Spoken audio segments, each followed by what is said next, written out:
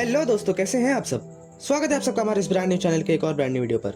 दोस्तों आज हम बात करेंगे बबल सॉर्ट के बारे में। ये क्या काम करता है, कैसे काम करता है, एक एक चीज के बारे में डिस्कस करेंगे और साथ ही साथ हम इसे कोड करके भी देख रहे होंगे, तो वीडियो में एंड तक जरूर बने रहे। अब सॉर्टिंग क्या होता है। सॉर्टिंग का सिंपल सा मतलब आप ये समझिए कि मान लीजिए आपके पास कुछ डेटा है और उस डेटा को आपको लॉजिकल ऑर्डर में अरेंज करना है।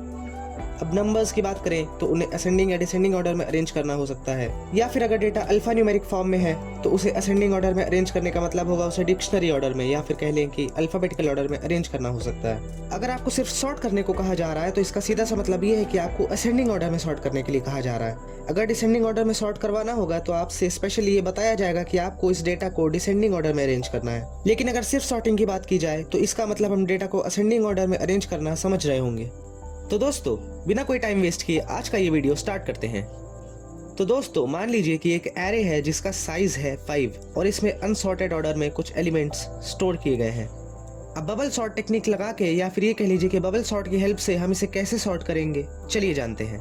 तो बबल सॉर्ट का लॉजिक क्या है कि वो शुरुआत की दो वैल्यूज को आपस में कंपेयर करेगा। अब होना ये चाहिए कि जो छोटी वैल्यू है वो हमेशा लेफ्ट में होनी चाहिए और जो बड़ी वैल्यू है वो हमेशा राइट में होनी चाहिए। और अगर ऐसा नहीं है, यानी कि अगर लेफ्ट में बड़ी वैल्यू है और राइट में छोटी वैल्यू है, तो हम इन दोनों को कर देंगे स्वैप। यानी अब हमारा एरे कुछ इस तरह से दिखेगा। इंडेक्स 0 पर आ जाएगा 32 और इंडेक्स 1 पर आ जाएगा 45। अब हम आगे बढ़ जाएंगे और इंडेक्स 1 और इंडेक्स 2 पर रखी हुई वैल्यूज को आपस में कंपेयर करेंगे। अगर वो करेक्ट ऑर्डर में नहीं है तो हम उन दोनों को आपस में स्वैप कर देंगे और फिर एरे कुछ ऐसा दिखेगा। अब हम चेक करेंगे कि क्या इंडेक्स 2 और इंडेक्स 3 पर जो वैल्यूज हैं वो सही ऑर्डर में है। अगर हाँ तो हम आगे बढ़ जाएंगे और अगर वो सही ऑर्डर में नहीं है तो हम उन दोनों को आपस में कर देंगे स्वैप। सिमिलरली अब हम इंडेक्स 3 और इंडेक्स 4 की वैल्यूज को भी आपस में कंपेयर करेंगे, यानी कि 45 और 7 को आपस में कंपेयर करेंगे। अब क्योंकि ये भी रॉन्ग ऑर्डर में है तो हम इन्हें कर देंगे स्वैप। अब दोस्तों देखिए, क्या हमारा ये एरे पूरी तरह से सॉर्ट हो चुका है? जी नहीं, अभी तो सिर्फ एरे का लार्जेस्ट एलिमेंट उसकी जो करेक्ट पोजीशन होनी चाहिए वहां पर पहुंचा है, यानी कि 45 इस एरे के सबसे लास्ट वाले मेमोरी ब्लॉक में पहुंच पाया है। लेकिन बाकी का जो एरे है वो तो अभी भी अनसॉर्टेड फॉर्म में ही है। तो हम क्या करेंगे कि जो बचा हुआ अनसॉर्टेड पार्ट ऑफ एरे है उसके लिए इस प्रोसीजर को फिर से रिपीट करेंगे और तब तक करते रहेंगे जब तक ये पूरा एरे सॉर्ट नहीं हो जाता। तो देखिए दोस्तों, हमने फर्स्ट राउंड यानी फर्स्ट आइट्रेशन में इस n साइज के एरे में n-1 कंपैरिजंस किए हैं।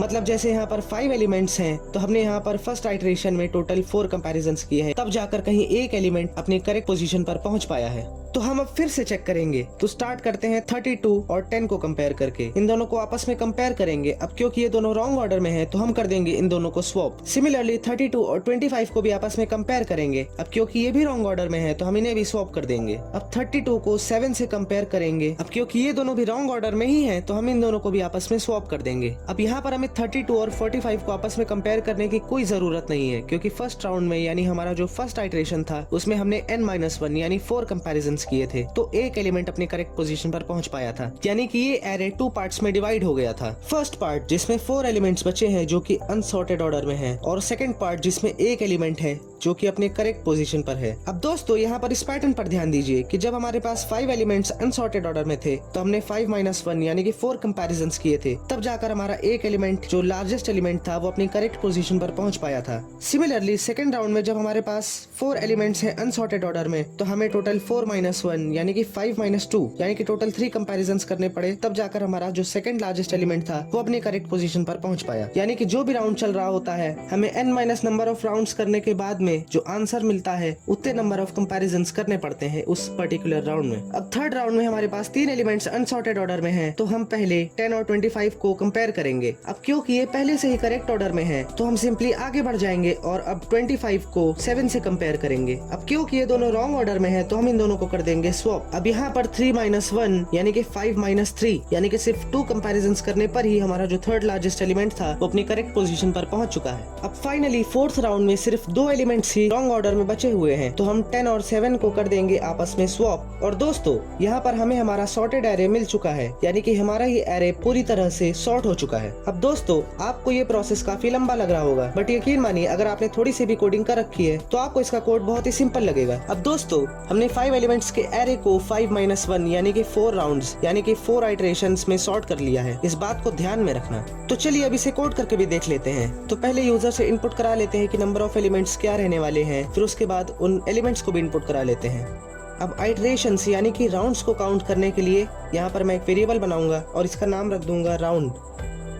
ओके, अब एक लूप चलाते हैं for round equals to 1, round less than n। अभी हमने डिस्कस किया कि n एलिमेंट्स हैं अगर किसी एरे में तो n-1 राउंड्स में ही वो एरे सॉर्ट हो जाएगा। तो round less than n and round plus plus. अब इसके अंदर एक लूप चलाएंगे for j equals to 0, j less than n minus rounds, j plus plus.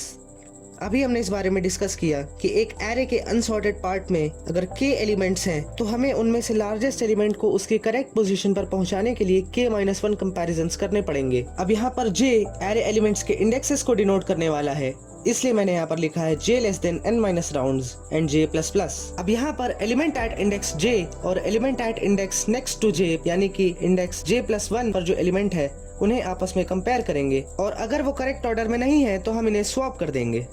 तो यहाँ पर लिख देते हैं कि if ARR of I is greater than ARR of I plus 1 तो इन दोनों को स्वैप कर दिया जाए। अब मैंने यहाँ पर समझाने के लिए सिंपल सा थर्ड वेरिएबल बना के इन दोनों एलिमेंट्स को आपस में स्वैप किया है, लेकिन आप जैसे चाहें आप वैसे स्वैप कर सकते हैं। आप चाहे तो स्वैपिंग के लिए अलग से एक फंक्शन बना लीजिए या फिर बिटवाइज XOR ऑपरेटर का यूज कर लीजिए या फिर आप चाहे तो कॉल बाय रेफरेंस मेथड का भी यूज कर सकते हैं। जैसा आप चाहें वैसा आप कर सकते हैं। तो चलिए अब इसे कंपाइल और रन करके देखते हैं। तो साइज ऑफ एरे डाल देते हैं 10 और फिर 10 एलिमेंट्स एंटर करा देते हैं और देखिए दोस्तों ये एरे सॉर्ट हो चुका है। अब दोस्तों यहाँ पर मैं आपको एक छोटी सी टेक्निक बताना चाहूंगा कि मान लीजिए आपको एक एरे दिया गया है जिसका साइज काफी बड़ा है, लेकिन वो कुछ इस फॉर्म में है कि उसके सिर्फ 1 या 2 एलिमेंट्स को ही उसकी करेक्ट पोजीशन पर पहुंचा देने पर वो एरे सॉर्ट हो जाएगा। तो ऐसे केस में जब n की वैल्यू काफी बड़ी है और मात्र कुछ ही बार आइटरेट करने पर ये एरे सॉर्ट हो जाएगा, तो ऐसे में फालतू में पूरे के पूरे n-1 आइटरेशंस करने की क्या जरूरत है। तो मैं यहाँ पर बस इतना करूंगा कि जो फर्स्ट वाला लूप है उसके स्टार्ट होते ही मैं एक वेरिएबल बनाऊंगा और इसका नाम कुछ भी रख देते हैं, जैसे कि मैंने रख दिया स्वैप्ड और इसमें असाइन कर दिया 0। अब यहाँ पर अगर कोई 2 एलिमेंट्स प्रॉपर ऑर्डर में नहीं है, मतलब उन्हें स्वैप किया जा रहा है, तो हम इस स्वैप्ड नाम के वेरिएबल में स्टोर कर देंगे 1। अब इस सेकंड वाले लूप के एंड होने के बाद हम चेक करेंगे कि इफ नॉट स्वैप्ड यानी कि स्वैप्ड नाम के वेरिएबल में अगर अभी भी 0 ही स्टोर है तो इसका मतलब ये है कि इस वाले राउंड में कोई भी स्वैपिंग नहीं की गई है। अब अगर स्वैपिंग नहीं हुई है तो इसका सीधा सा मतलब तो यही है कि ये एरे पूरी तरह से सॉर्ट हो चुका है, यानी कि आगे भी कोई कंपैरिजन या स्वैपिंग करने की जरूरत नहीं पड़ने वाली है। तो हम यहाँ पर ब्रेक लगा देंगे और ये जो हमारा फर्स्ट वाला लूप है ये एंड हो जाएगा और इसके बाद हम इस एरे को सॉर्टेड ऑर्डर में प्रिंट करा देंगे। दोस्तों इस वीडियो को देखने के बाद अगर आपको कोई कंफ्यूजन हो रहा है तो प्लीज इस वीडियो को रिवाइंड करके दोबारा से जरूर देख लीजिए। अब अगर आप जानना चाहते हैं कि एक सॉर्टेड एरे में से एक एलिमेंट को सर्च कैसे किया जाता है तो आप इस लेफ्ट वाली वीडियो को देखिए, और अगर आप VS कोड से रिलेटेड कुछ टिप्स एंड ट्रिक्स को जानना चाहते हैं तो आप इस राइट वाली प्लेलिस्ट को देखिए।